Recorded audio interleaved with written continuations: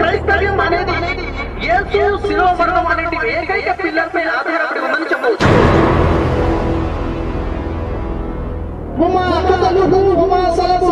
నిశ్చయముగా వారు ఆయనని చంపలేదు, శిలువపైకి ఎక్కించలేదు. యేసు యొక్క ప్రాణాలను రక్షించుటకై యెహోవా యేసు కుడి పార్శ్వమున నిలుచుచున్నాడు. యేసు చనిపోలేదు, కేవలం స్పృహ తప్పి పడి ఉన్నారు మాత్రమే. వారు చనిపోయారు అనుకున్నది కేవలం భ్రమ మాత్రమే. నేను చావను, యెహోవా నన్ను కఠినంగా శిక్షించలే కానీ మరణమునకు అప్పగించలేదు.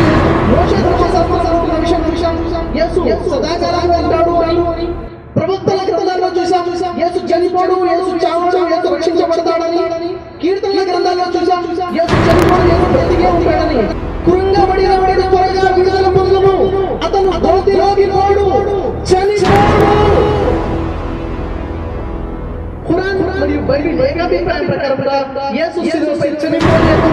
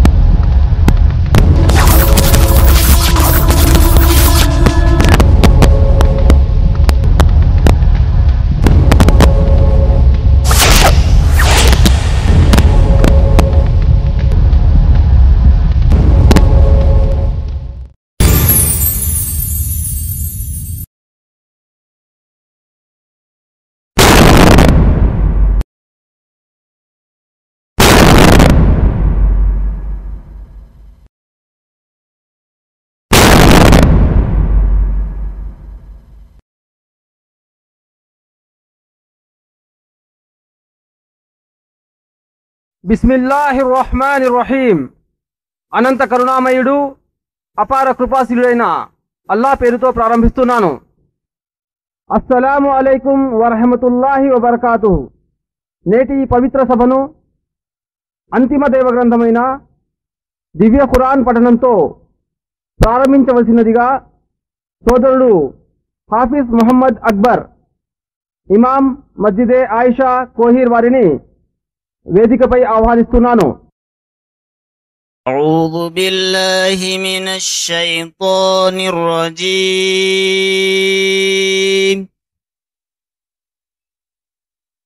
بسم الله الرحمن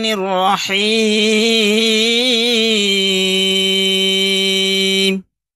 وبكفرهم وقولهم على مريم بهتانا عظيما وقولهم إنا قتلنا المسيح عيسى ابن مريم رسول الله وما قتلوه وما صلبوه ولكن شبه لهم وإن الذين اختلفوا فيه لفي شك منه ما لهم به من علم إلا اتباع الظن وما قتلوه يقينا بل رفعه الله إليه وكان الله عزيزا حكيما صدق الله العظيم. జజాకల్లాహు ఖైర్. ఇప్పుడు సోదరుడు హాఫీజ్ మొహమ్మద్ అక్బర్ పఠించినటువంటి దివ్య ఖురాన్ ఆయత్లు సూర నిసా సూర నంబర్ 4, ఆయత్ నంబర్ 156, 157, 158 వాక్యాల యొక్క తెలుగు అనువాదాన్ని మీ ముందు ఉంచుటకు నేను సోదరుడు ఖిజరుల్లా వారిని వేదికపై ఆహ్వానిస్తున్నాను. అస్సలాము అలైకుం వరహ్మతుల్లాహి వబర్కాతుహు. అనంత కరుణామయుడు అపార కృపాశీలుడు అయిన అల్లాహ్ పేరుతో ప్రారంభిస్తున్నాను. స్వయంగా మేము మసీహ్ మరియం కుమారుడైన ఈసా అనే దైవ ప్రవక్తను చంపాము అని అన్నారు. వాస్తవానికి వారు ఆయనను చంపనూ లేదు, శిలువపైకి ఎక్కించనూ లేదు. కానీ ఆ విషయంలో వారు భ్రమకు గురి చేయబడ్డారు. ఈ విషయం గురించి అభిప్రాయ భేదం వ్యక్తం చేసిన వారు కూడా సందేహానికి లోనయ్యారు. దీనిని గురించి వారికి అసలు ఏమీ తెలియదు. వారు కేవలం ఊహలనే అనుసరిస్తున్నారు. వారు అతన్ని నిశ్చయంగా చంపలేదు. కానీ అల్లాహ్ ఆయన్ను తన వైపునకు లేపుకున్నాడు. అల్లాహ్ అద్భుత శక్తి సంపన్నుడు, అత్యంత వివేకవంతుడును. అస్సలాము అలైకుం. జజాకల్లాహు ఖైర్. నేటి ఈ కార్యక్రమం యొక్క ఖురాన్ మరియు బైబిల్ ఏకాభిప్రాయంలో యేసు శిలువ వాస్తవాలు అనే అంశం ప్రసంగికులు సోదరుడు షఫీని వేదికను అలంకరించవలసిందిగా కోరుచున్నాను. సోదరుడు Shafi, president universal Islamic research centre.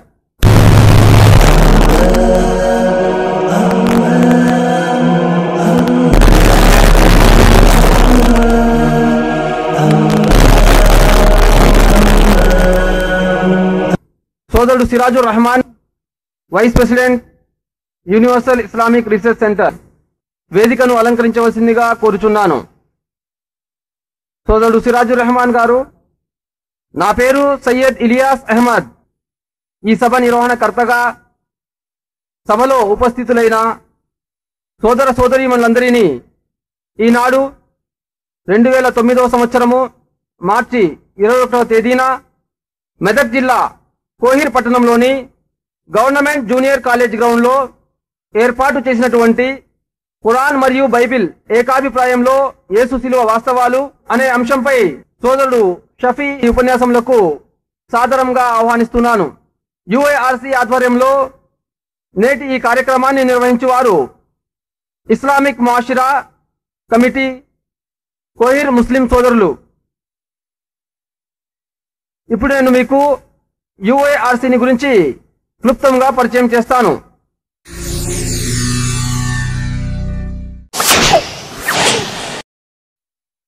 యుఐఆర్సిగా సుపరిచితమైనటువంటి universal Islamic research centre విశ్వశాంతి అన్వేషణ కేంద్రం ఆంధ్రప్రదేశ్ రాజధాని అయిన హైదరాబాద్లోని అంబర్పేట్ దీని ప్రధాన కార్యాలయం ఉంది. యుఐఆర్సి ఆంధ్రప్రదేశ్ రాష్ట్ర ప్రభుత్వంచే గుర్తింపు పొందినటువంటి స్వచ్ఛంద సేవా సంస్థ. దీని రిజిస్టర్డ్ నంబర్ 1261/2007. యుఐఆర్సి ప్రధాన ఆశయాలు: ముక్కలైన మానవ సమాజాన్ని ఆధ్యాత్మిక గ్రంథాల సందేశం ద్వారా సమైక్యపరచడం, ఆధ్యాత్మిక గ్రంథాలు అయిన వేదాలు, ఉపనిషత్తులు, ఇతిహాసాలు, భగవద్గీత, బైబిల్ మరియు చిట్ట చివరి దైవ గ్రంథమైన దివ్య ఖురాన్ యొక్క తులనాత్మక అధ్యయనం మరియు ప్రచారం ద్వారా విశ్వ మానవ సౌభ్రాతృత్వం, మత సామరస్యం మరియు జాతీయ సమైక్యత కొరకు కృషి చేయడం. సమస్త మానవాళి ఒకే జంట సంతానం, పరస్పర రక్త సంబంధికులు మరియు మనందరి దేవుడు ఒక్కడే అనే వాస్తవాన్ని ధార్మిక గ్రంథాల వెలుగులో ప్రజలకు తెలియచేస్తూ సోదర భావాన్ని పెంపొందించే కృషి చేయడం. ఇస్లాం సందేశాన్ని ఉత్తమమైన పద్ధతిలో ముస్లిమేతరులకు అందచేయటం. ఇస్లాంపై ప్రజలలో ఉన్నటువంటి అపోహలను, అనుమానాలను దివ్య ఖురాన్ మరియు ముహమ్మద్ సల్లల్లాహు అలైహి వసల్లం వారి ప్రామాణిక హదీస్ ద్వారా దూరం చేయటం. త్రాగుడు, జూదం, వ్యభిచారం మరియు ఎయిడ్స్ లాంటి సామాజిక రుగ్మతల నిర్మూలనకై కృషి చేయడం. పాశ్చాత్య నాగరికతకు బానిసలై ఉన్న యువతీ యువకులకు నైతిక విలువలు, ఆధ్యాత్మిక శిక్షణా తరగతుల ద్వారా వారిలో ఉన్న రుగ్మతలను దూరం చేయడానికి ప్రయత్నించటం, కులమత భేదం లేకుండా యువతీ యువకులకు ధార్మిక శిక్షణా తరగతులను ఏర్పాటు చేయడం, ఇది యుఐఆర్సి యొక్క క్లుప్తమైన పరిచయం. ఇప్పుడు నేటి కార్యక్రమము ఎలా ముందుకు కొనసాగుతుందో నేను మీకు వివరిస్తాను. పూర్తి కార్యక్రమము 2 భాగాలుగా చేయడం జరిగింది. మొదటి భాగము ప్రసంగాల భాగం. ముందుగా ఈనాటి అంశం అయినటువంటి ఖురాన్ మరియు బైబిల్ ఏకాభిప్రాయంలో యేసు శిలువ వాస్తవాలు అనే అంశంపై సోదరుడు షఫీ 50 నిమిషాల పాటు ప్రసంగిస్తారు. ప్రసంగాల విభాగం తరువాత రెండవ భాగమైన ముఖ్యమైన ప్రశ్నోత్తరాల సరళి ఉంటుంది. ఆ భాగంలో సభికులకు ఈనాటి అంశంపై వక్తని ప్రశ్నించే, సమాధానం పొందే అవకాశం కల్పించబడుతుంది. ఇన్షా అల్లాహ్. ప్రశ్నోత్తరాల సరళి ప్రారంభించే ముందు దానికి సంబంధించిన సూచనలను, నియమ నిబంధనలను నేను మీకు తెలియజేస్తాను. ఇప్పుడు కొన్ని ముఖ్య సూచనలు. వక్త ప్రసంగించే సమయంలో ఎటువంటి అంతరాయం కలిగించరాదు. ఒకవేళ ఎవరికైనా ఎటువంటి సందేహం ఉన్నా వారు పూర్తి ప్రసంగం తరువాత కేటాయించిన ప్రశ్నోత్తరాల సమయంలో మాత్రమే ప్రశ్నించగలరు. దయచేసి మీ సెల్ ఫోన్స్ని స్విచ్ ఆఫ్ చేసుకోగలరు. సెల్ ఫోన్ శబ్దము సభకు అంతరాయం కలిగిస్తుంది కాబట్టి కనీసం నిశ్శబ్ద స్థితిలో అనగా సైలెంట్ మోడ్లో అయినా ఉంచగలరు. ఎవరైనా కావాలని సభకు అంతరాయం కలిగించే ప్రయత్నం చేస్తే సభ నిర్వహణకర్తగా వారిని సభా ప్రాంగణం నుండి బయటకు పంపించే పూర్తి అధికారం నాకు ఉంది. ఖురాన్ మరియు బైబిల్ ఏకాభిప్రాయంలో యేసు శిలువ వాస్తవాలు అనే అంశంపై ప్రసంగించుటకు సోదరుడు షఫీని ఆహ్వానించే ముందు నేను మీకు సోదరుడు షఫీ గారిని పరిచయం చేస్తాను. సోదరుడు షఫీ గారు యుఐఆర్సి యొక్క అధ్యక్షుడిగా విధులను నిర్వహిస్తున్నారు. సోదరుడు నల్గొండ జిల్లా కోదాడ మండలం అమీనాబాద్ గ్రామ వాస్తవ్యులు. సోదరుడు షఫీ హైదరాబాద్లోని ఉస్మానియా యూనివర్సిటీ నుండి 2004 సంవత్సరంలో MSW master of social work post గ్రాడ్యుయేషన్ను పూర్తి చేశారు. ఆ తర్వాత అంతర్జాతీయ స్వచ్ఛంద సేవా సంస్థ అయినటువంటి PSI పాపులేషన్ సర్వీసెస్ ఇంటర్నేషనల్ లో కమ్యూనికేషన్ అండ్ ట్రైనింగ్ స్పెషలిస్ట్ గా 2 సంవత్సరాల పాటు సేవలు అందించారు.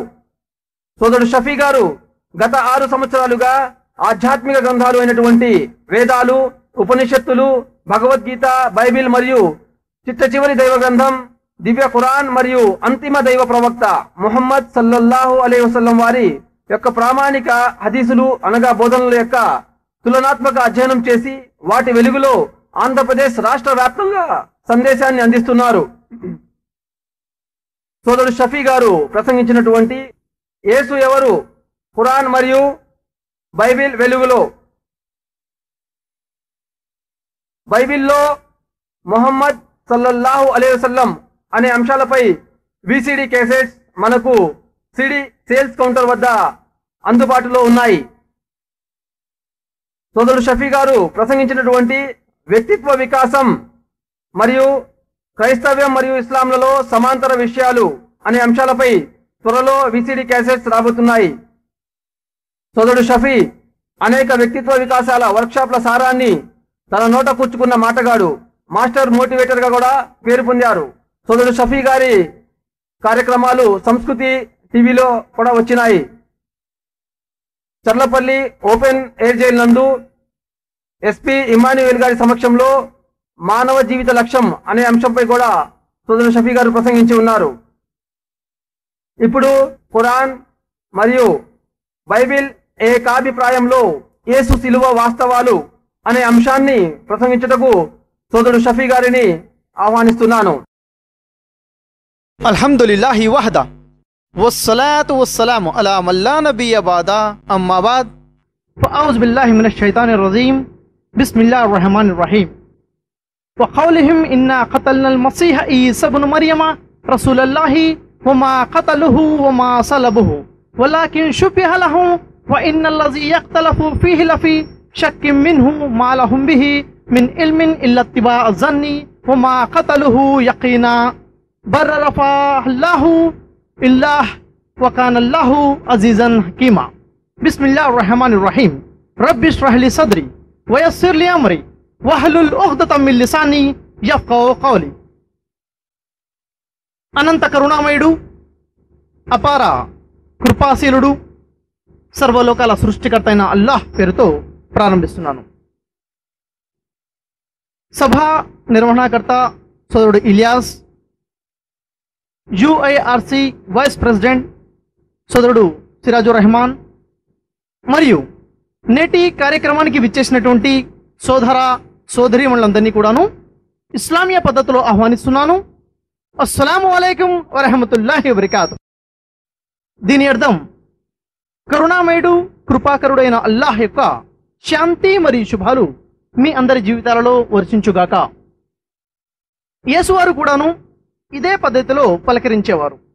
హెబ్రూ భాషలో ఉన్నటువంటి బైబిల్ లూకాస్ వార్త 24వ అధ్యాయము 36వ వాక్యాన్ని చూసినట్లయితే అక్కడ శిష్యుల వద్దకి యేసువారు వచ్చి హెబ్రూ భాషలో షలాము అలైకుం అని అంటున్నారు. దీని అర్థము కూడాను మీకు శాంతి కలుగుగాక అని. తెలుగు భాషలో ఉన్నటువంటి బైబిల్లో దీని అనువాదము మీకు సమాధానము కలుగుగాక అని చేయబడినది. నేటి ప్రధాన అంశం గురించి నేను మాట్లాడే ముందు ముస్లింల గురించి క్రైస్తవులకి మరియు ముస్లిమేతరులకు ఉన్నటువంటి ఒక అపోహని దూరం చేయదలుచుకుంటున్నాను. అదేమిటి అంటే ముస్లింలు యేసుని విశ్వసించరు అని క్రైస్తవులు మరియు ముస్లిమేతరులు భావిస్తూ ఉంటారు. కానీ యేసుని విశ్వసించడం తప్పనిసరి అని బోధించేటటువంటి క్రైస్తవ ఏతర ఏకైక ధర్మం ఇస్లాం. ఏ ముస్లిం కూడాను ముస్లిం కాజాలడు ఎప్పటికైతే అతను యేసుని విశ్వసించడో. చిట్ట చివరి దైవ గ్రంథం ఖురాన్ బోధనల మేరకు మరియు చిట్ట చివరి దైవ ప్రవక్త ముహమ్మద్ సల్లల్లాహు అలైహి వసల్లం వారి బోధనల మేరకు మేము ముస్లింలము యేసుని విశ్వసిస్తున్నాము. ఖురాన్ గ్రంథంలో 19వ సూర మరియం 19వ వాక్యంలో దాని ప్రకారంగా యేసువారు తండ్రి లేకుండా కన్యక గర్భం నుండి పుట్టారు అని మేము ముస్లింలము విశ్వసిస్తున్నాము. అదేవిధముగా సూరే ఆలే ఇమ్రాన్ ఖురాన్ గ్రంథంలో 3వ అధ్యాయము 49, 50, 51 వాక్యాల వెలుగులో యేసువారు దైవాన్ని ప్రార్థించడం ద్వారా అనేక అద్భుతాలు అనేక మహిమలు చేశారని మేము ముస్లింలము విశ్వసిస్తున్నాము. యేసువారు కుష్ఠరోగులకి స్వస్థత కల్పించేవారని, పుట్టుగుట్టు వారికి స్వస్థత కల్పించేవారని, యేసువారు మట్టితో పక్షి ఆకారంలో బొమ్మని తయారు చేసి దేవుణ్ణి ప్రార్థించి ఆ బొమ్మలో ఊదగా అది పక్షి అయి ఎగిరిపోయేదని, మరియు యేసువారు మృతులను సైతము దేవుణ్ణి ప్రార్థించడం ద్వారా లేపేవారని ఖురాన్ ఆదేశం మేరకు మేము ముస్లింలం విశ్వసిస్తున్నాం. ఖురాన్ మరియు బైబిల్ ఏకాభిప్రాయంలో యేసు శిలువ వాస్తవాలకి సంబంధించి చరిత్రని గనక మనం కాస్త పరిశీలించినట్లయితే యేసువారి కాలంలో యూదులు రోమియోల యొక్క పరిపాలనలో ఉన్నారు. యూదులకి స్వతంత్రత లేదు. రోమన్స్ యూదుల్ని పరిపాలిస్తూ ఉన్నారు. అప్పుడు యూదులు ఆలోచించేవారు, యూదులు ఎదురు చూస్తుండేవారు. ఏమని? మాలో నుంచి ఒక గొప్ప ప్రవక్త వస్తాడు, అతను యూదుల రాజై ఉంటాడు, మాలోంచి ఒక క్రీస్తు వస్తాడు, ఒక మెస్సయ్య వస్తాడు, అప్పుడు మాకు తిరిగి రాజ్యం లభిస్తుంది, తిరిగి స్వతంత్రం లభిస్తుంది అని యూదులు ఎదురు చూస్తున్నారు. అక్కడ నుండి యూదులు క్రీస్తు మెస్సయ్య కోసం ఎదురు చూస్తున్నారన్న విషయము బైబిల్లో అనేక స్థలాల్లో మనకు కనబడుతుంది. ఉదాహరణకి యోహాను సువార్త 4వ అధ్యాయం 25వ వాక్యాన్ని చూసినా కానీ, యోహాను సువార్త 1వ అధ్యాయం 19వ వాక్యం నుండి 25వ వాక్యం వరకు పరిశీలించినా కానీ యూదులు క్రీస్తు కోసము మెస్సియా కోసం ఎదురు చూస్తున్నారన్న విషయం మనకి అర్థమవుతుంది. అయితే ఏ క్రీస్తు కోసమైతే యూదులు ఎదురు చూశారో ఆ క్రీస్తు యెహోవా కన్యక గర్భం నుండి పుట్టించడం జరిగింది. ఆ తర్వాత యేసువారు వచ్చేసి తను ఒక క్రీస్తులాగా, తను ఒక ప్రవక్తలాగా ప్రకటించుకున్నప్పుడు ఎదురు చూసినట్టు యూదులే తిరస్కరించేశారు. తన్ని ప్రవక్తలాగా ఒప్పుకోకుండా యేసువారిని మీద నింద మోపడం మొదలుపెట్టారు. దీనికి సంబంధించి ఖురాన్ గ్రంథం చూసినట్లయితే సూర నిసా 4వ అధ్యాయము 156వ వాక్యంలో చూసినట్లయితే ఇశ్రాయేలు వంశీయుల్లోని అవిశ్వాసులు తమ అవిశ్వాసంలో ఎంత ముందుకు వెళ్ళిపోయారంటే మర్యం పైనే తీవ్రమైన నింద మోపారు. మర్యం వ్యభిచారం ద్వారా యేసుని కనింది, అల్లా క్షమించుగాక, ఇలా వారు నింద మోపడం మొదలు పెట్టారు. ఈ ప్రస్తావన బైబిల్లో కూడా మనకు కనబడుతుంది. బైబిల్ గ్రంథము యోహాను సువార్త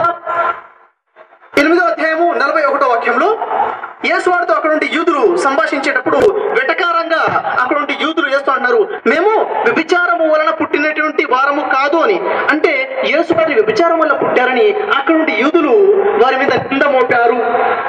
అలా నింద మోపడమే కాకుండా యేసుని విశ్వసించకపోవడమే కాకుండా ఆ యేసుని చంపాలని ప్రయత్నం చేశారు యూదులు. యూదులకి ప్రవక్తల్ని చంపడం అనేది ఇది కొత్త ఏమీ కాదు. యూదుల యొక్క ఇది పాత రోగము. దీనికి సంబంధించి ఖురాన్ గ్రంథం చెప్తుంది. ఖురాన్ గ్రంథం 4వ అధ్యాయం సూర నిసా 155వ వాక్యాన్ని పరిశీలించినట్లయితే అక్కడ తెలియజేయడం జరుగుతుంది. దేవుని వాక్యాలను తిరస్కరించడము, ప్రమాణ భంగము చేయడము, దేవుడు అల్లాహ్ వారి వైపుకి పంపించినటువంటి ప్రవక్తల్ని అన్యాయంగా హతమార్చడము యూదులు ముందు నుండే చేస్తున్నట్టు పని. ఇదే విషయం బైబిల్లో కూడాను మత్తయి సువార్త 23వ అధ్యాయము 34వ వాక్యంలో చూసినట్లయితే దేవుడు వారి వద్దకు పంపినటువంటి ప్రవక్తలలో కొందరిని వారు కొరడాలతో కొట్టి పట్టణం నుండి బహిష్కరించేసేవారు, మరికొంతమందిని వారు సిలువ వేసి చంపేసేవారు, మరియు రాళ్లతో కొట్టి తరిమి వేసేవారు ప్రవక్తలు. ఇది యూదులు ముందు నుండి చేస్తున్నటువంటి పని. అదే విధముగా యూదులు యేసు వారిని కూడా సిలువ వేసి చంపేయాలి అని అనుకున్నారు, ఆలోచన చేశారు. దీనికి సంబంధించి యేసు వారు అంటున్నారు, యోహాను సువార్త 8వ అధ్యాయము 37వ వాక్యాన్ని చూసినట్లయితే, మీలో నా మాటలకి స్థానము లేదు కాబట్టే మీరు నన్ను చంప వెతుకుచున్నారు. మీరు నా మాటల్ని స్వీకరించలేదు, తిరస్కరించారు. మీలో నా మాటలకి స్థానము లేదు కాబట్టే మీరు నన్ను చంప వెతుకుచున్నారు అని యేసు వారు అంటున్నారు.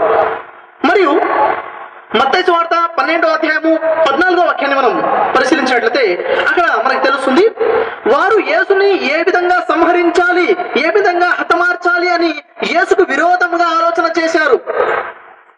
యోహాను సువార్త 11వ అధ్యాయము 47వ వాక్యం నుండి 52వ వాక్యం వరకు మనం చూసినట్లయితే అక్కడ యూదుల్లోని పరిసయ్యులు, ప్రధాన యాజకులు ఒక సమావేశం అయ్యి వారందరూ కూడాను మనం ఏమి చేద్దాము, యేసు అనేక మహిమలు చేసి ప్రజలు ఆకట్టుకుంటున్నాడు, ప్రజలు మనకి దూరం అయిపోతున్నారు, ఏ విధంగా యేసుని సంహరించాల్సిందే అని అక్కడ యూదులు పన్నాగం పన్నుతున్నారు.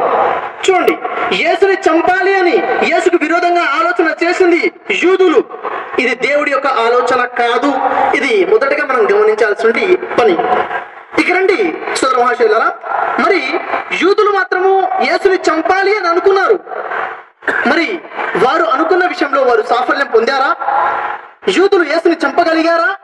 యేసు చనిపోయాడా శిలువ పైన? దీనికి సంబంధించి క్రైస్తవుల యొక్క విశ్వాసం ఏమిటి, ఈ విషయానికి సంబంధించి ముస్లింల యొక్క విశ్వాసం ఏమిటో కాస్త మనం పరిశీలిద్దాం. ముందుగా క్రైస్తవ సోదరులను చూసినట్లయితే క్రైస్తవుల యొక్క విశ్వాసము, యేసు శిలువపై మరణించాడు, 3వ రోజు తిరిగి లేచారు అని క్రైస్తవులు విశ్వసిస్తున్నారు. ఒక విధంగా చెప్పాలంటే పూర్తి క్రిస్టియానిటీ అనేది, పూర్తి క్రైస్తవ్యం అనేది యేసు శిలువ మరణం అనేది ఏకైక పిల్లర్ పై ఆధారపడి ఉందని చెప్పవచ్చు. అది ఏ విధముగా? యేసు మా పాపాల కోసము శిలువ మరణం పొందారు, ఆయన చనిపోయి 3వ రోజు తిరిగి లేచారు అని ఎవరైతే విశ్వసిస్తారో వారి పాపాలన్నీ క్షమించబడతాయి, పరలోకంలో నిత్య జీవాన్ని పొందవచ్చు. ఇది క్రైస్తవుల యొక్క విశ్వాసము. అయితే పూర్తి క్రిస్టియానిటీ అనేది ఈ ఒక్క శిలువ మరణం మీదనే ఆధారపడి ఉంది, ఈ ఒక్క విషయం మీదనే ఆధారపడి ఉంది అని నేను ఎందుకు అంటున్నానంటే, క్రైస్తవుల్లో ఉన్నటువంటి వేరే విశ్వాస అంశాలలో అనేక భేదాభిప్రాయాలు కనబడుతుంటాయి కాబట్టి. అవి ఏమిటి? ఉదాహరణకి దేవుడి విషయం చూసుకున్నట్లయితే, దేవుళ్ళు ఎంతమంది అని క్రైస్తవుల్ని ప్రశ్నిస్తే దేవుడు ఒక్కడే అని కొంతమంది క్రైస్తవులు సమాధానం చెప్తారు. మరికొంతమంది క్రైస్తవులు దేవుడు ఏకైక దేవుడు కాదు, దేవుడు త్రిత్వమైన దేవుడు అని సమాధానం చెప్తారు. లేదు లేదు, దేవుడు త్రిత్వమైన దేవుడు కాదు, దేవుడు త్రియేకమైన దేవుడు అని మరికొంతమంది క్రైస్తవులు సమాధానం చెప్తారు. ఇలా దేవుని విషయంలో భేదాభిప్రాయాలకు గురై ఉన్నారు క్రైస్తవులు. కాబట్టి క్రిస్టియానిటీ అనేది దేవుడు ఒక్కడు అనే అంశంపై ఆధారపడి ఉంది అని చెప్పలేము. అలాగే క్రిస్టియానిటీ అనేది దేవుడు త్రిత్వము అనే అంశంపై ఆధారపడి ఉంది అని చెప్పలేము, ఎందుకు? భేదాభిప్రాయాలు ఉన్నాయి కాబట్టి. అదే విధముగా యేసు వారి విషయంలో యేసు ఎవరు అని ప్రశ్నించినట్లయితే క్రైస్తవ సోదరులు యేసు దేవుడు అనేటువంటి క్రైస్తవులు ఉన్నారు. మరికొంతమంది క్రైస్తవులు చూసినట్లయితే యేసు దేవుడు కాదు, దేవుడిలో ఒక భాగము, దేవుడిలో ఒక అంశము అని విశ్వసించే క్రైస్తవులు ఉన్నారు. మరికొంతమంది క్రైస్తవులు చూసినట్లయితే యేసు దేవుడు కాదు, దేవుడిలో భాగము కాదు, దేవుని ప్రియ కుమారుడు అని విశ్వసించే క్రైస్తవులు కనబడుతున్నారు. మరి కాస్తమంది క్రైస్తవులు చూసినట్లయితే యేసు దేవుడు కాదు, దేవుడిలో భాగము కాదు, దేవుడి కుమారుడు కాదు, యేసు దేవుని ప్రవక్త మాత్రమే అని విశ్వసించే క్రైస్తవులు ఉన్నారు. కాబట్టి యేసు దేవుడు అనే అంశంపై క్రిస్టియానిటీ ఆధారపడి ఉంది అని మనం చెప్పలేము. ఎందుకంటే యేసు దేవుడు కాదు అని నమ్మేటటువంటి క్రైస్తవులు ప్రపంచంలో కోట్లాది మంది ఉన్నారు కాబట్టి. కానీ ప్రపంచ క్రైస్తవులందరూ దాదాపుగా యేసు శిలువ మీద చనిపోయారు, 3 రోజుల తర్వాత తిరిగి లేచారనే విషయంలో ఏక అభిప్రాయాన్ని కలిగి ఉన్నారు. కాబట్టి ఈ శిలువ మరణం అనే అంశంపై ఈ క్రిస్టియానిటీ ఆధారపడి ఉంది అని మనం చెప్పవచ్చు. అయితే క్రైస్తవుల విశ్వాసం ప్రకారంగా యేసు శిలువపై మరణించారు, 3వ రోజు తిరిగి లేచారు మా పాపాల నిమిత్తము అని. అయితే ప్రపంచ క్రైస్తవులందరూ కూడాను యేసు శిలువ మీద మరణించారు అన్న విషయాన్ని ఏకాభిప్రాయంలో కలిగి ఉన్నారు. కానీ శిలువ మీద చనిపోయింది ఎవరు అన్న విషయంలో మాత్రము మళ్ళీ 2 భాగాలుగా చీలిపోయి ఉన్నారు ప్రపంచ క్రైస్తవులు. శిలువ మీద ఎవరు చనిపోయారని అడిగితే కొంతమంది అంటారు, ఒక వర్గం వారు అంటారు దేవాది దేవుడైన యెహోవాయే యేసులాగా భూమి మీదకి వచ్చి శిలువ మీద తన ప్రాణాలను అర్పించాడు అంటారు ఒక వర్గం వారు. మరో వర్గం వారు అంటారు లేదు లేదు లేదు, దేవాతి దేవుడైన యెహోవా భూమి మీదకి రాలేదు, యెహోవా తన ప్రియ కుమారుడైన యేసును భూమి మీదకి పంపించి శిలువ మీద బలి అర్పణగా చేశారు. ఈ శిలువ మీద చనిపోయింది యెహోవానా, యెహోవా యేసులా వచ్చి చనిపోయాడా, యెహోవా ప్రియ కుమారుడైన యేసు చనిపోయారన్న విషయము ప్రపంచ క్రైస్తవుల్లోనే 2 వర్గాలుగా ఉన్నాయి. సరే, ఏదేమైనప్పటికీ శిలువ మీద చనిపోయారని మాత్రం విశ్వసిస్తున్నారు. ఇక రండి, ముస్లింల యొక్క విశ్వాసం ఏమిటి? ముస్లింలు ఏమని విశ్వసిస్తున్నారంటే యేసు శిలువ మరణం పొందలేదు, శిలువపై చనిపోలేదు అని. యేసు సజీవముగా పైకి లేపుకోబడ్డాడు, అల్లాహ్ యేసుని సజీవంగా పైకి లేపుకున్నాడు అని ముస్లింలు విశ్వసిస్తున్నారు. యేసు శిలువ మీదకి ఎక్కను కూడా ఎక్కలేదు అని ముస్లింల యొక్క విశ్వాసం. ఇది క్రైస్తవుల మరియు ముస్లింల యొక్క విశ్వాసం. మరి ఇక రండి, ఖురాన్ మరియు బైబిల్ చెప్పే విషయం ఏమిటి? ఈ విషయంలో ఖురాన్ ఇస్తున్న సందేశం ఏమిటి? ఈ విషయంలో బైబిల్ ఇస్తున్నటువంటి సందేశం ఏమిటి పరిశీలిద్దాం.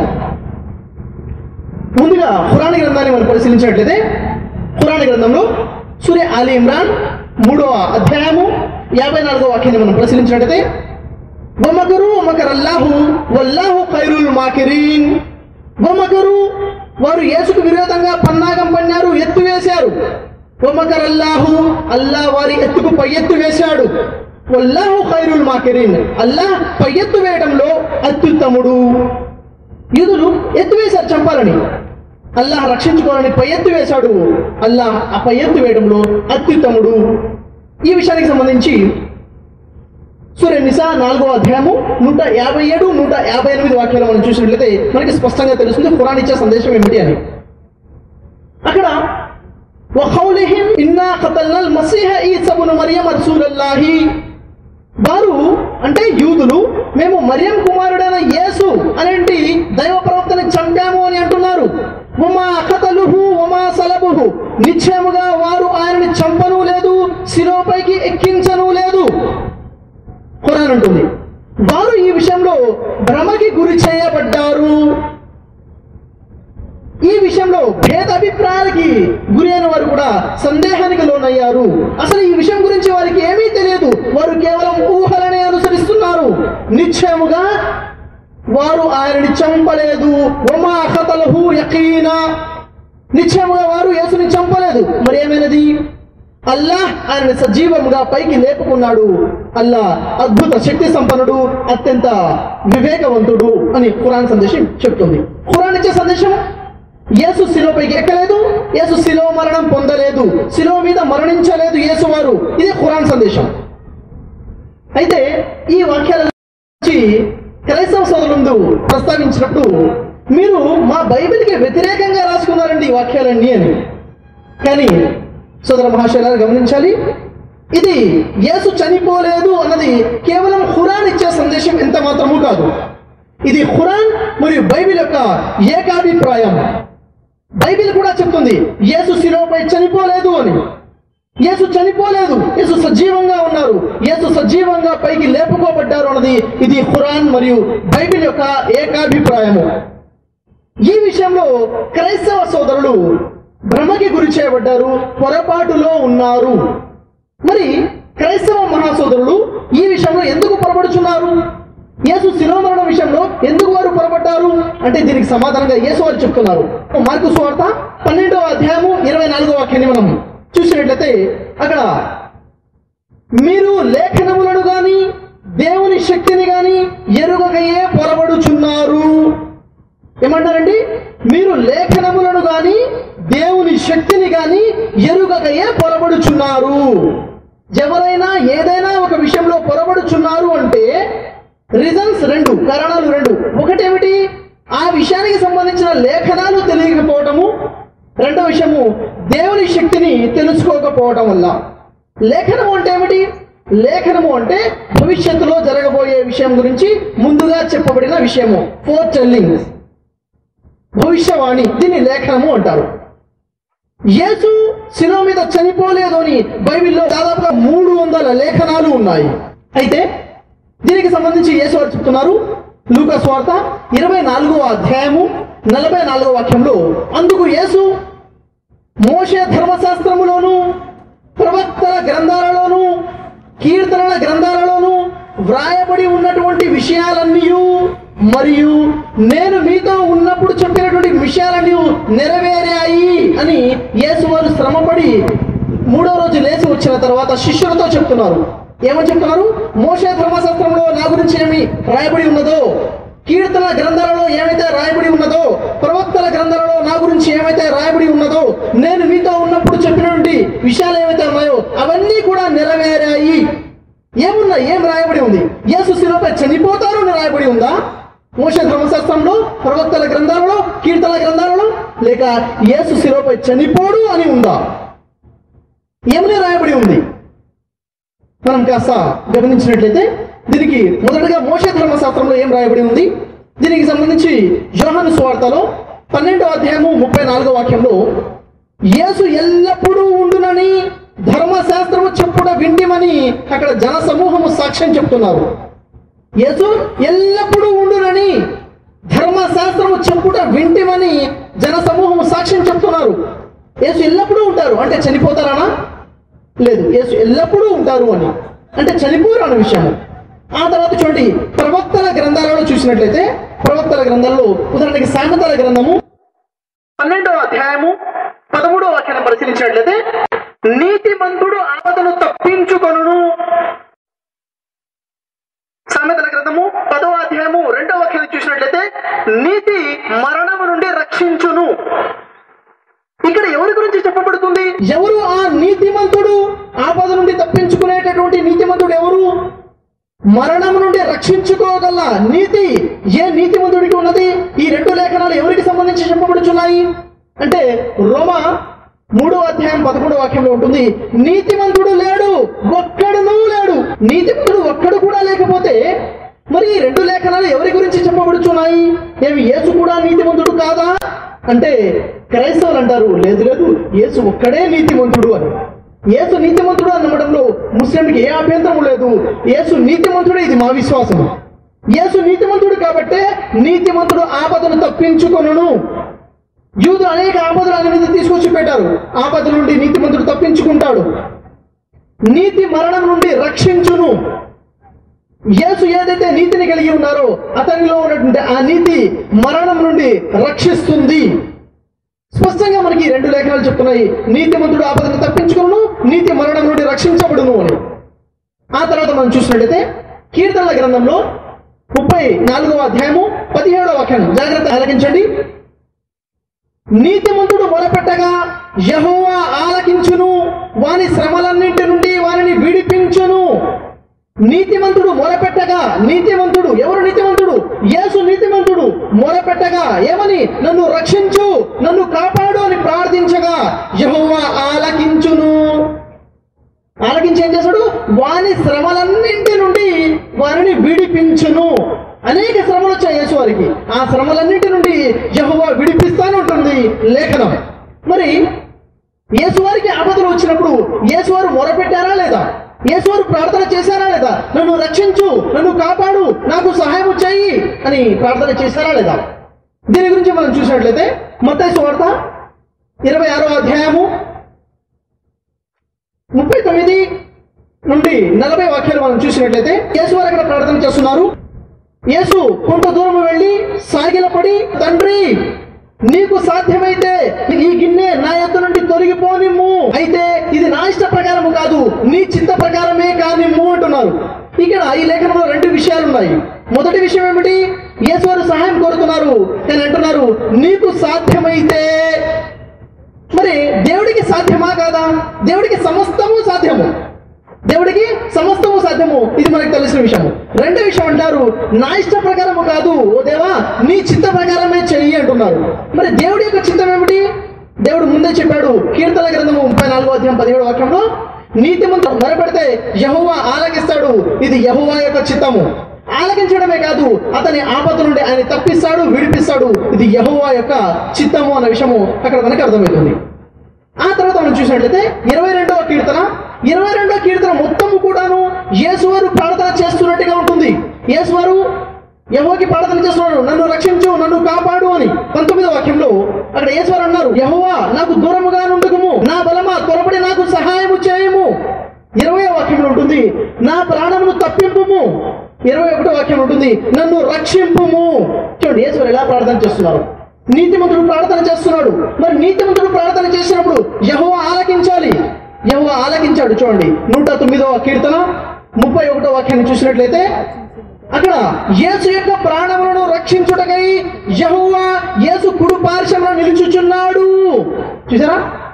యేసు ప్రాణాన్ని రక్షించడం కోసమే యెహోవా యేసు కుడి పార్శ్వమున నిలుచున్నాడు అన్న విషయము అక్కడ మనకు స్పష్టంగా అర్థమవుతుంది.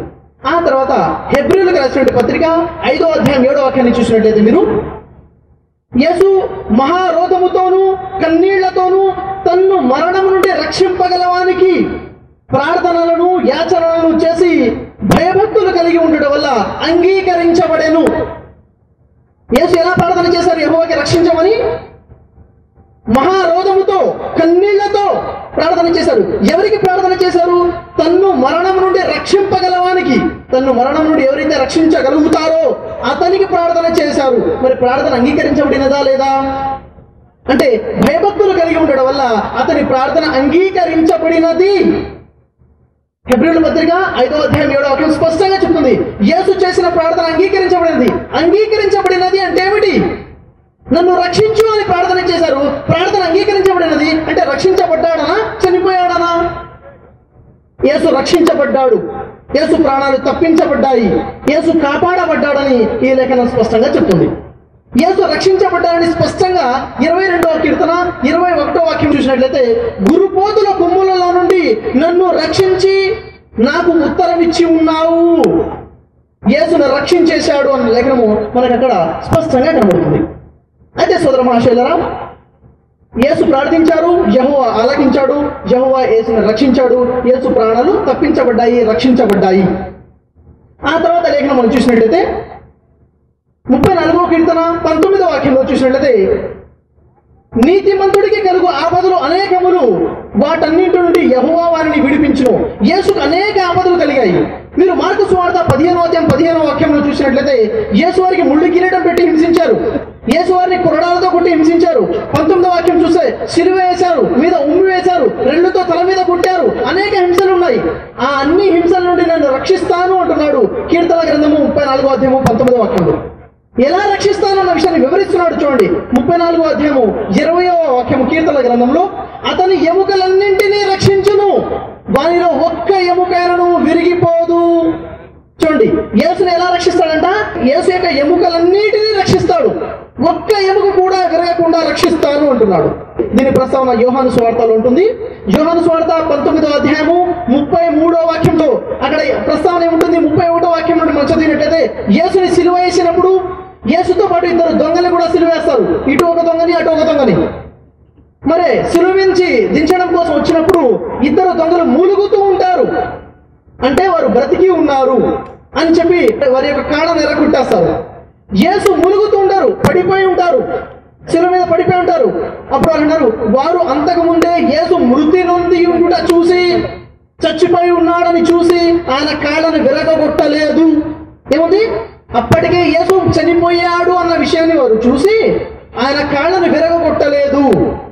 అంటే అక్కడ స్పృహ తప్పిపోయినటువంటి యేసుని వారు చనిపోయారు అని అనుకునే విధంగా యెహోవా కనబరిచాడు. ఎందుకు? లేఖనము నెరవేరాలి. 36వ వాక్యం చూసినట్లయితే ఎందుకు ఇలా జరిగింది అంటే, లేఖనము ఆయన ఒక్క ఎముకైనను విరగబడదు అనే లేఖనము నెరవేరినట్లుగా ఇది జరిగినది. యెహోవా దేవుడు యేసుని చనిపోయినట్లుగా వారికి కనబరిచారు. అక్కడ సైనికులు అనుకున్నారు యేసు చనిపోయాడని భ్రమించి ఆయన కాళ్ళని విరగొట్టలేదు. లేఖనం నెరవేరింది. ఒక్క ఎముకైనను విరగకుండానే రక్షించుకుంటా అన్నారు. చూడండి, ఒక వ్యక్తి చనిపోయాడా లేదా ఎలా నిర్ధారణ అవుతుంది? ఒక వ్యక్తి చనిపోయాడు అని నిర్ధారణ అవ్వాలంటే, ఈ రోజు సర్టిఫికేట్ ఇవ్వాలంటే ఆ వ్యక్తి ఒక పల్స్ చూస్తారు, నాడీ చూస్తారు, ఆ వ్యక్తి హార్ట్ బీట్ చూస్తారు, ఆ వ్యక్తి ఐపిల్స్ చూస్తారు, ఆ వ్యక్తి ఈసీ చూస్తారు. ఇవన్నీ చూసిన తర్వాత ఈ వ్యక్తి చనిపోయాడు అంటారు. కానీ అక్కడ సైనికులు యేసుని ముట్టుకోలేదు. చూశారు, ఆయన మూలగటము లేదు, ఆయన ఇబ్బంది పడడం లేదు, అనుకున్నారు ఆయన చనిపోయారు అని. ఎందుకు అనుకున్నారు? యెహోవా దేవుడు అలా అనుకునే విధంగా చేశాడు. అలా అనుకోకుండా ఉన్నట్లయితే కాళ్ళు విరగొట్టేసేవారు, లేఖనం నెరవేరేదే కాదు. ఒక్క ఎముక కూడా విరగకుండా నేను రక్షించుకుంటా అన్నాడు. కాబట్టి ఆ విధంగా కనపడినది. ఆ తర్వాత సోదర మనుషులారా, ఇంకో గొప్ప లేఖనం మన ముందుకు వస్తుంది. యెషయా గ్రంథంలో 51వ అధ్యాయము 14వ వాక్యాన్ని మనం చూసినట్లయితే, కృంగబడిన వాడు త్వరగా విడుదల పొందును, అతను గోతిలోకి పోడు, చనిపోడు, అతనికి ఆహారము తప్పదు. చూడండి, ఈ వాక్యంలో 4 లేఖనాలు ఉన్నాయి. కృంగబడిన వాడు త్వరగా విడుదల పొందును, మొదటి లేఖనం. అతడు గోతిలోకి పోడు, రెండవ లేఖనం. అతడు చనిపోడు, మూడవ లేఖనం. 4వ లేఖనం, అతనికి ఆహారము తప్పదు. ఈ 4 లేఖనాలు ఎవరి విషయంలో నెరవేరాయి? 4 లేఖనాలు కూడా యేసువారి జీవితంలో నెరవేరాయి. ఈ లేఖనము యేసువారి గురించి యెషయా గ్రంథము 51వ అధ్యాయము 14వ వాక్యంలో ఉన్నటువంటి లేఖనం. ఉదాహరణకి మొదటి విషయం చూసినట్లయితే, కృంగబడిన వాడు త్వరగా విడుదల పొందును. యేసువారు కృంగబడ్డారు, యేసువారు హింసించబడ్డారు, త్వరగా విడుదల పొందారు. బైబిల్ ప్రకారంగా యేసువారిని శుక్రవారము మధ్యాహ్నము దాదాపుగా 3 గంటల సమయంలో సిలువ ఎక్కిస్తారు. వారి సాంప్రదాయం ప్రకారముగా సబ్బతు దినం అంటే శనివార దినమున ఎవరు కూడా సిలువ మీద ఉండకూడదు. కాబట్టి త్వరపడి 6 గంటల అవ్వకముందే, ఒక రోజు ఎప్పుడు మొదలవుతుంది? సాయంత్రం 6 గంటల నుండి ఎప్పుడైతే చీకటి పడుతుందో అప్పటి నుంచి రోజు మొదలవుతుంది. ఉదాహరణ మీరు గమనించినట్లయితే, ముస్లిం సోదరులు కూడాను రంజాన్ నెలలో నెల పొడుపు చూసి ఉపవాసాలు ఉండడం మొదలు పెడతారు. అంటే రంజాన్ నెల మొదలైందని ఎప్పుడు మొదలవుతుంది? సాయంత్రం పూట మొదలవుతుంది, 6 గంటల నుండి. ఒక రోజు మొదలయ్యేది బైబిల్ ప్రకారమైన ఇస్లామీ పద్ధతి ప్రకారమైన ఒక రోజు ఎప్పుడు మొదలవుతుంది? సాయంత్రం చీకటి పడి నుండి మొదలవుతుంది. ముందు రాత్రి, ఆ తర్వాత పగలు ఉంటుంది. ఇది బైబిల్ ప్రకారము మరియు ఖురాన్ ప్రకారం కూడా. శుక్రవారం మధ్యాహ్నం 3 గంటలకు సిరివేశారు. సాయంత్రం చీకటి పడే సమయానికి శనివారం మొదలైపోతుంది. సబ్బతు దినము, శనివారం అంటే విశ్రాంతి దినము. ఆ దినము ఎవరు కూడా సిలువ మీద ఉండకూడదు, త్వరగా దించేయాలి అని చెప్పేసి త్వరగా దించేస్తారు. కృంగబడినోడు త్వరగా విడుదల పొందేశాడు, లేఖనం నెరవేరినది. రెండో విషయము, అతను గోతిలోకి పోడు. యేసువారిని గోతిలో పూడ్చిపెట్టలేదు. యూదుల సంప్రదాయం ప్రకారంగా గోతి తీసి గోతిలో యేసువారిని పెట్టి పూడ్చిపెట్టడం జరగలేదు అక్కడ. మరి ఏం జరిగింది? యోహాను సువార్త 19వ అధ్యాయము 41వ వాక్యం ప్రకారముగా యేసుని సిలువ వేసే స్థానం పక్కన ఒక తోట ఉంది. ఆ తోటలో ఎప్పుడునూ ఎవడునూ పెట్టబడినటువంటి రాతిలో, బండరాయిలో తొలచబడినటువంటి సమాధిలో పెట్టారు. మత్తయి సువార్త 27వ అధ్యాయం 60వ వాక్యంలో చూసినట్లయితే, యోసేపు తాను కోసము రాతిలో తొలిపించుకున్నటువంటి సమాధిలో యేసుని పెట్టి పెద్ద బండరాయిని పొర్లించి వెళ్ళిపోయారు. ఆయన గోతిలోకి పోలేదు, లేఖనం నెరవేరింది. త్వరగా విడుదల పొందాడు, మొదటి లేఖనం నెరవేరింది. రెండో లేఖనం ఏమిటి? గోతిలోకి పోడు. మూడవ లేఖనం ఏమిటి? అతను చనిపోడు. చూడండి ఎంత స్పష్టంగా ఉందో, అతను చనిపోడు. ఎందుకు చనిపోడు అని చెప్తున్నారు ఇక్కడ? అతను చనిపోయాడు, అతను చనిపోతాడని అనుకుంటారు కాబట్టి, చాలా మంది భ్రమిస్తారు కాబట్టి లేఖనం స్పష్టంగా ఉంది, అతను చనిపోడు. ఈ చనిపోడు అన్న లేఖనం ఎలా నెరవేరింది కాస్త చూడండి. ఇంతకుముందు మనం చర్చించాం, సైనికులు యేసువారి కాళ్ళు ఇరగొడదామని అక్కడ వచ్చారు. వారు అప్పటికే చనిపోయారు అనుకొని ఆ తర్వాత ఏం చేస్తారు? ఒక బల్లెము తీర్చుకొని ఈటెతో తన పక్కన పొడుస్తారు. పొడిస్తే ఏమవుతుందండి? ప్రతి క్రైస్తవుడికి తెలుసు, రక్తము నీళ్లు కారతాయి. చూడండి, యోహాను సువార్త 19వ అధ్యాయం 34వ వాక్యం ప్రకారంగా సైనికులలో ఒకడు ఒక ఈటను తీసుకొని యేసు పక్కన పొడుస్తారు, రక్తము నీళ్లు కారతాయి. ఇదే సాక్ష్యం, యేసు వారు చనిపోలేదు, బ్రతికి ఉన్నారంటానికి. చనిపోయిన వ్యక్తి రక్త రక్తం గడ్డకట్టిపోతుంది. చనిపోయిన వ్యక్తిని పొడిస్తే రక్తము కారదు. అక్కడ రక్తం కారింది అంటే యేసు చనిపోలేదు, కేవలం స్పృహ తప్పిపడి ఉన్నారు మాత్రమే. వారు చనిపోయారు అనుకున్నది కేవలం భ్రమ మాత్రమే, అతను చనిపోలేదు. ఇది మొదటి సాక్ష్యం. చూడండి, అక్కడ మీరున్నా నేనున్నా చనిపోయారని అనుకుంటాము. ఎందుకని అనుకుంటాము అంటే దేవుడే అనుకునే విధంగా చేశాడు. అలా అనుకోకపోతే ఏం చేస్తారు? కాళ్ళు విరగొట్టి ఎముకలు విరగొట్టేస్తారు. ఎముక విరగకూడదన్న లేఖనం ఉంది కాబట్టి వారు అలా అనుకున్నారు. అందరూ యేసు చనిపోయారని అనుకుంటున్నారు. అక్కడ మరి యేసు బ్రతికి ఉన్నాడు అన్న విషయం ఎప్పుడు తెలిసింది? ఎలా తెలిసిందంటే యేసే స్వయంగా వచ్చి చెబితే తెలిసింది. యేసును చూసిన వారు చెబితే తెలిసింది. ఉదాహరణకి మార్కు సువార్త 16వ అధ్యాయము 10-11 వాక్యాలు చూసినట్లయితే, యేసుతో ఉండిన వారు దుఃఖపడి ఏడ్చుచుండగా ఆమె వారి దగ్గరికి వెళ్ళి ఆ విషయం తెలియచేసినది. ఏ విషయము? యేసు ఆయనకి కనబడ్డాడని, ఆయన బ్రతికే ఉన్నాడని అన్న విషయము విని ఆ శిష్యులు నమ్మకపోయిరి.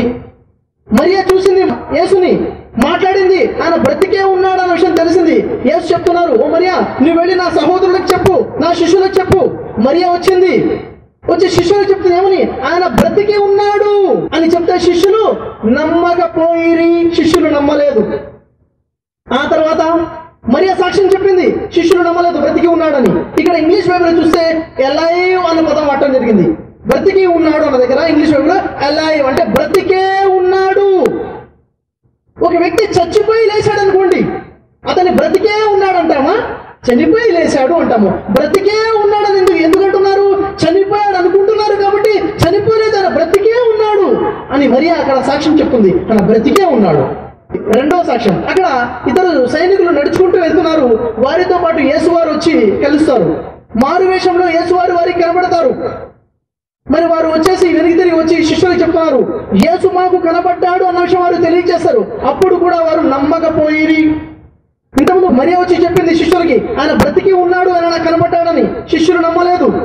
ఆ తర్వాత ఈ పల్లెటూరు వారు వీరు కూడా చూసి చెప్తున్నారు ఆయన బ్రతికే ఉన్నాడని, అయినప్పటికీ వారు నమ్మలేదు. ఆ తర్వాత చూడండి, యేసు స్వయంగా వచ్చి చెప్తున్నారు.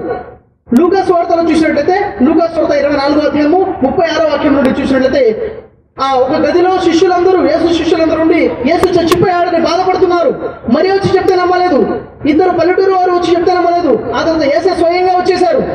యేసు స్వయంగా వచ్చి వారి ముందు నిలబడ్డారు. నిలబడి అంటున్నారు 36వ వాక్యంలో 24వ అధ్యాయం లూకా సువార్తలో, షలాము అలైకుం అన్నారు హెబ్రూ భాషలో, మీకు సమాధానము కలుగుగాక అనగానే శిష్యులు వెంటనే భయాక్రాంతులే, భూతము వారికి కనబడనని తలంచారు.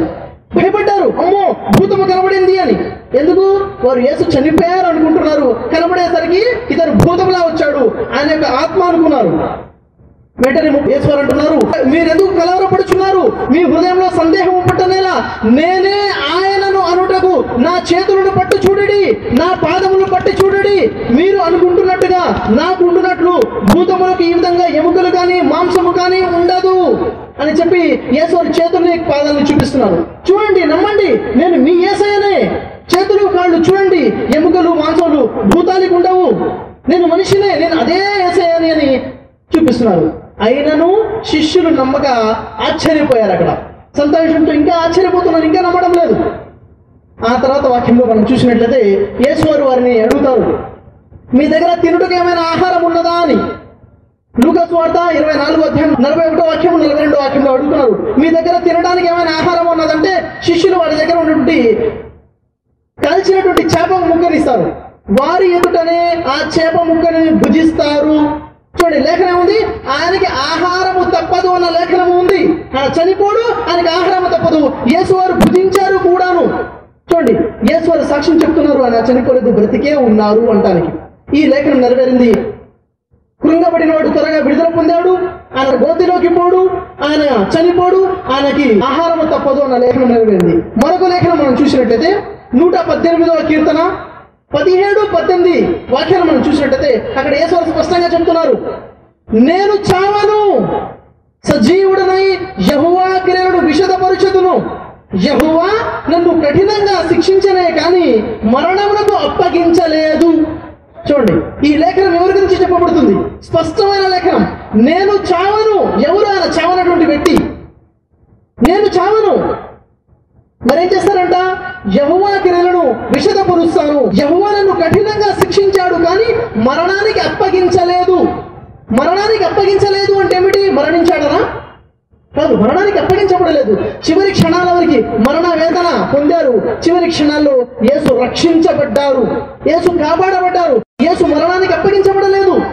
ఆయన శ్రమపడిన తర్వాత 40 దినముల వరకు వారికి అగుపడుచు యెహోవా రాజ్య విషయముల గురించి వారికి బోధించుచు అనేక ప్రమాణములు చూపి తన్ను తాను సజీవుడిగా కనబరుచుగలడు.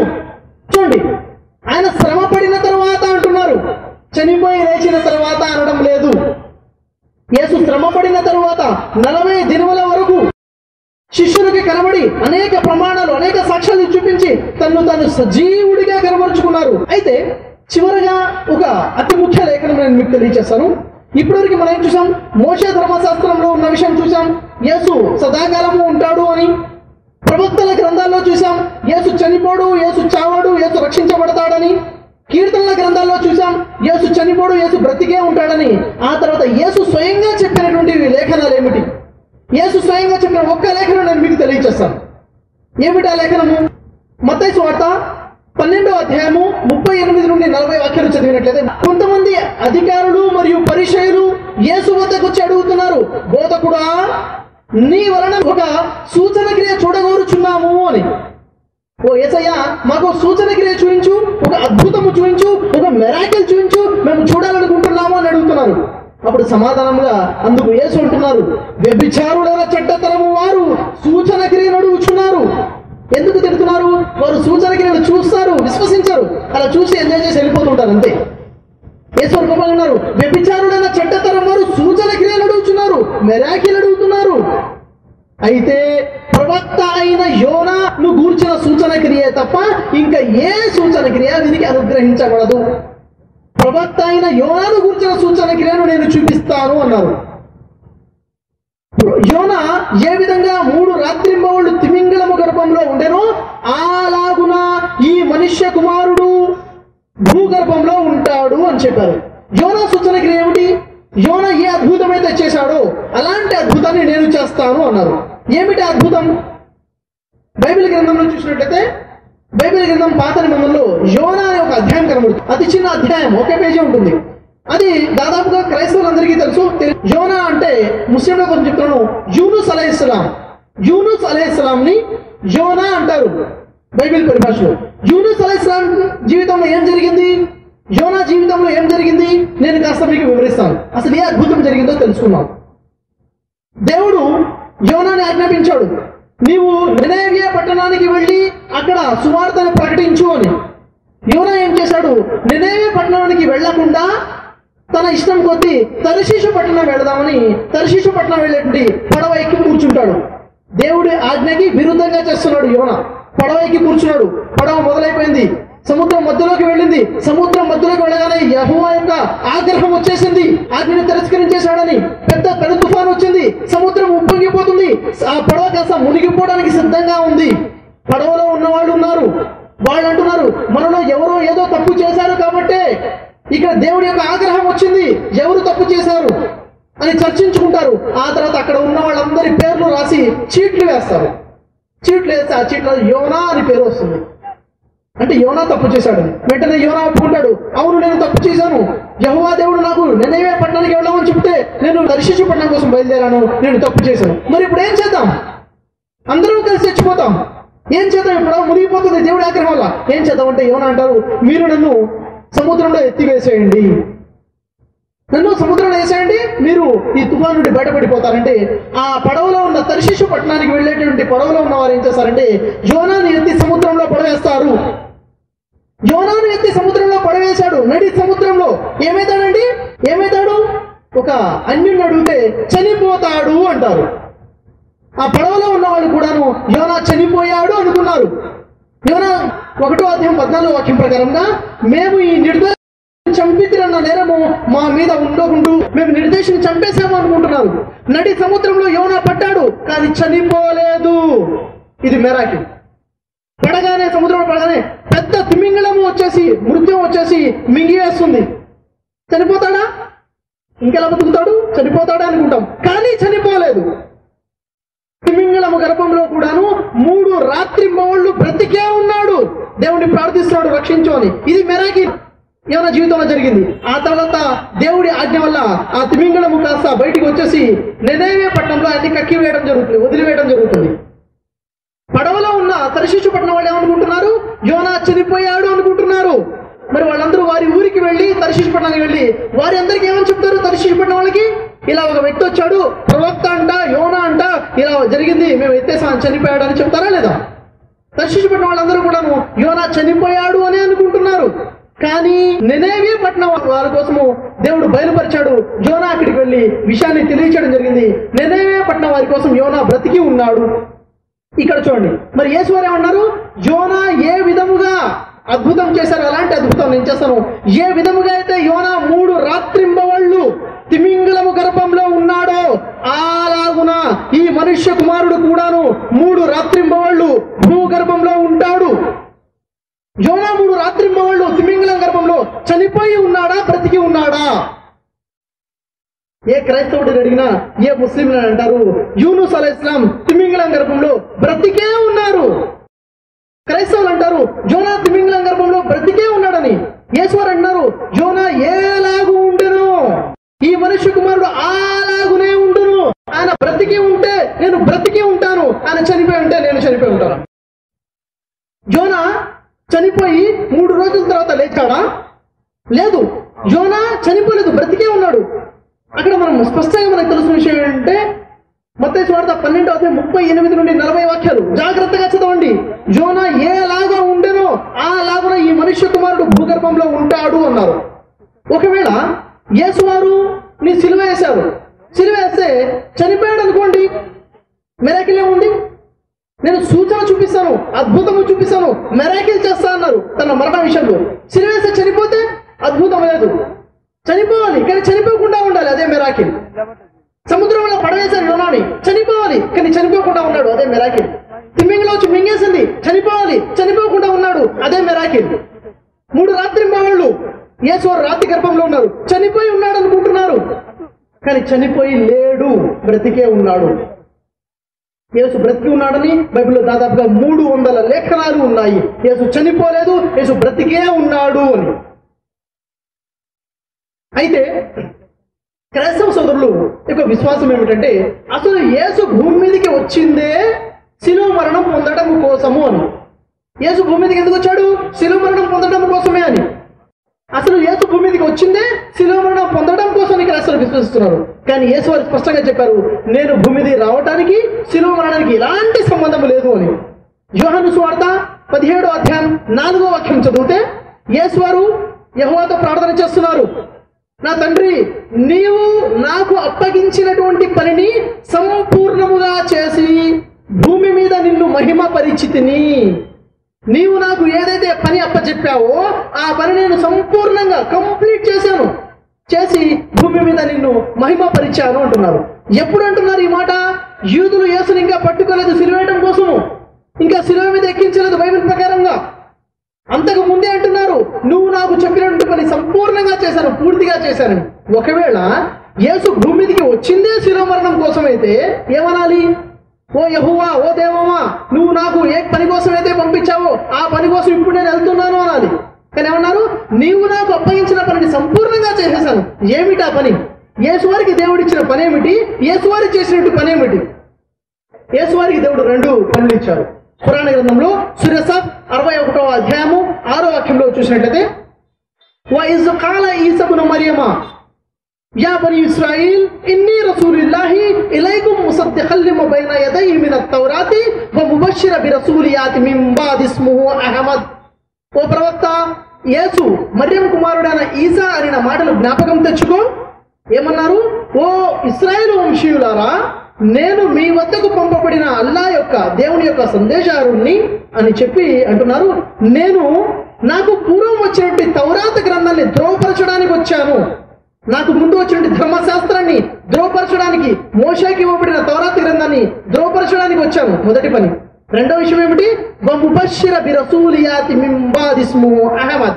నా తరువాత మరొక అహ్మద్ అనే ప్రవక్త రాబోతున్నారు, ముహమ్మద్ అనే ప్రవక్త రాబోతున్నారు అనే శుభవార్తనివ్వడానికి వచ్చాను. ఒకటి తౌరాత్ గ్రంథాన్ని ధర్మశాస్త్రాన్ని ధృవపరచడం కోసము, రెండో విషయము నా తర్వాత ప్రవక్త రాబోతున్నారని శుభవార్త ఇవ్వడం కోసము. ఈ రెండు పనుల కోసమే యెహోవా యేసుని భూమి మీదకి పంపించారు, శిలువ మరణం కోసం కాదు. ఇదే విషయం బైబిల్లో కూడా మనకు కనబడుతుంది. ఈ రెండు పనులు యేసు వారు చేశారా లేదా అంటే మత్తయి సువార్త 5వ అధ్యాయము 17వ వాక్యం ప్రకారంగా యేసు వారు అన్నారు, ధర్మశాస్త్రమునైనను ప్రవక్తల వచనములనైనను కొట్టివేటకు నేను రాలేదు, ధర్మశాస్త్రాన్ని నెరవేర్చుటకే నేను వచ్చి తిని. చూడండి, మొదటి పని ధర్మశాస్త్రాన్ని నెరవేర్చడానికి వచ్చారు. రెండో పని ఏమిటంటే యోహాను సువార్త 16వ అధ్యాయము 7 నుండి 14 వాక్యాలు చూసినట్టయితే యేసు వారు అంటున్నారు, అయితే నేను మీతో సత్యము చెప్పుచున్నాను, నేను వెళ్ళిపోవటం వల్ల మీకు ప్రయోజనకరము, నేను వెళ్ళనిదే ఆ ఆదరణకర్త మీ వద్దకు రాడు, నేను వెళ్ళి ఆదరణకర్తను మీ వద్దకు పంపిస్తాను. ఆయన వచ్చి నీతిని గూర్చి, న్యాయమును గూర్చి, జీవమును గూర్చి, పాపమును గూర్చి మిమ్మల్ని ఒప్పుకొని చేస్తాడు. ఆయన తనంతట తాను ఏమి బోధించక ఏదైతే వింటాడో అదే మీకు బోధించడం జరుగుతుంది. నేను మీకు చెప్పవలసిన విషయంలో అనేకము ఉన్నవి, కానీ మీరు ఇప్పుడు వాటిని విని సహించలేరు. ఆయన వచ్చి మీకు సమస్తము బోధిస్తారు అని ఆయన తర్వాత మరొక ఆదరణకర్త వస్తారన్న విషయము స్పష్టంగా అక్కడ యేసు తెలియచేయడం జరిగింది. బైబిల్లో ముహమ్మద్ సల్లల్లాహు అలైహి వసల్లం అని ప్రవక్త ముహమ్మద్ వారి గురించి ప్రస్తావన బైబిల్లో ఎక్కడెక్కడ ఉంది. యేసువారు నా తర్వాత మరో ప్రవక్త వస్తారు, నా తర్వాత ముహమ్మద్ అనే ప్రవక్త వస్తారు అని యేసువారు ఎక్కడెక్కడ చెప్పారు అన్న విషయాల గురించి మీరు వివరంగా తెలుసుకోవాలంటే బైబిల్లో ముహమ్మద్ సల్లల్లాహు అలైహి వసల్లం అనే చెడి మీకు అవైలబుల్ ఉంది. ఇది తీసుకొని చూడండి. యేసువారు వచ్చిన పని రెండు పనుల కోసము, ఒకటి ధర్మశాస్త్రాన్ని ధృవపరచడం కోసము, నా తర్వాత ముహమ్మద్ అనే ప్రవక్తని వస్తున్నారని శుభవార్త అందించడం కోసము యేసువారు వచ్చారు. కానీ యేసువారి రాకడికి శిలువ మరణానికి ఎలాంటి సంబంధము లేదు. ఖురాన్ మరియు బైబిల్ ఏకాభిప్రాయం ప్రకారంగా యేసు శిలువపై చనిపోలేదు, యేసు సజీవంగా పైకి లేపుకోబడ్డారు. ఇన్ని ఆధారాలు చూసినప్పటికీ ఒకవేళ విశ్వసించకుండా ఎవరైనా యేసు చనిపోయాడు మా పాపాల కోసమని ఎవరైనా ఇంకనూ విశ్వసిస్తూ ఉన్నట్లయితే వారికి ఒక లేఖనము యెషయా గ్రంథము 28వ అధ్యాయము 18వ వాక్యంలో, మరణముతో మీరు చేసుకున్న నిబంధన కొట్టివేయబడును, మరణముతో మీరు చేసుకున్న నిబంధన కొట్టివేయబడును, పాతాళములో మీ ఒడంబడిక చెల్లదు. పాతాళంలో మరణానంతరము మీరు చేసుకున్న ఒడంబడిక ఏంటి? మేము పాపాలు చేశాము, మా పాపాల కోసం యేసు వారు చనిపోయారు, యేసు చనిపోయాడు, మా పాపాలు క్షమించబడ్డాయి, మేము నిత్య జీవాన్ని పొందుతామన్న ఒడంబడిక పాతాళంలో కొట్టివేయబడుతుంది అని యెషయా గ్రంథం 28వ అధ్యాయము 18వ వాక్యం వెలుగులో మనం చూసాము. అయితే సోదర మహాశయులారా, ప్రేమపూర్వకంగా మిమ్మల్ని ఆహ్వానిస్తున్నాము, జాగ్రత్తగా పరిశీలించండి. ఖురాన్ ఇచ్చే సందేశమే బైబిల్ ఇస్తుంది. రెండు ఇచ్చే సందేశాలు ఈ విషయంలో ఒకటి ఏమిటది? యేసు చనిపోలేదు, యేసు సజీవంగా పైకి లేపుకోబడ్డారు, యేసు రెండో రాకడ ఉంది, యేసు రానున్నారు. యేసు వారి కోసము కేవలం క్రైస్తవులే కాదు, ముస్లింలు మేము ఎదురు చూస్తున్నాం యేసు వారు వస్తారని. కానీ యేసు చనిపోలేదు, సజీవంగా పైకి వెళ్ళారు. అయితే పూర్తి క్రిస్టియానిటీ అనేది యేసు శిలువ మరణం అనే ఏకైక విషయంపై ఆధారపడి ఉంది. కాబట్టి అతి ప్రధానమైన విషయము మరి యేసు చనిపోలేదన్న విషయం ఇక్కడ మనకి బయలుపడుతుంది. ఈ లేఖనాలు మీరు జాగ్రత్తగా పరిశీలించండి, ఆలోచించండి. నా యొక్క ప్రసంగాన్ని ఖురాన్ గ్రంథంలోని సూరా నిసా 4వ అధ్యాయము 157, 158 వాక్యాల యొక్క అనువాదాన్ని మీకు వినిపించుకుంటూ నేను నా ప్రసంగాన్ని ముగిస్తాను. యూదులు అంటున్నారు, మేము మర్యం కుమారుడైన ఈసా అనే దైవ ప్రవక్తని చంపాము అని. వాస్తవానికి వారు ఆయనను చంపను లేదు, శిలువపైకి ఎక్కించను లేదు. వారు కేవలం భ్రమకి గురై ఉన్నారు. వారిలో భేదాభిప్రాయాలు వ్యక్తం చేసేవారు కూడాను సందేహానికి లోనై ఉన్నారు. వాస్తవానికి వారికి ఈ విషయంలో ఏ విషయమూ తెలియదు. వారు కేవలం ఊహలనే అనుసరిస్తున్నారు. వారు వాస్తవానికి యేసును చంపలేదు, దేవుడి పైకి సజీవముగా లేపుకున్నాడు. దేవుడు అద్భుత శక్తి సంపన్నుడు, అత్యంత మహా వివేకవంతుడు. వాఖిరు దఅవానా అల్హమ్దులిల్లాహి రబ్బిల్ ఆలమీన్. అస్సలాము అలైకుం వరహ్మతుల్లాహి వబరకాతుహు. జజాకల్లాహు ఖైర్.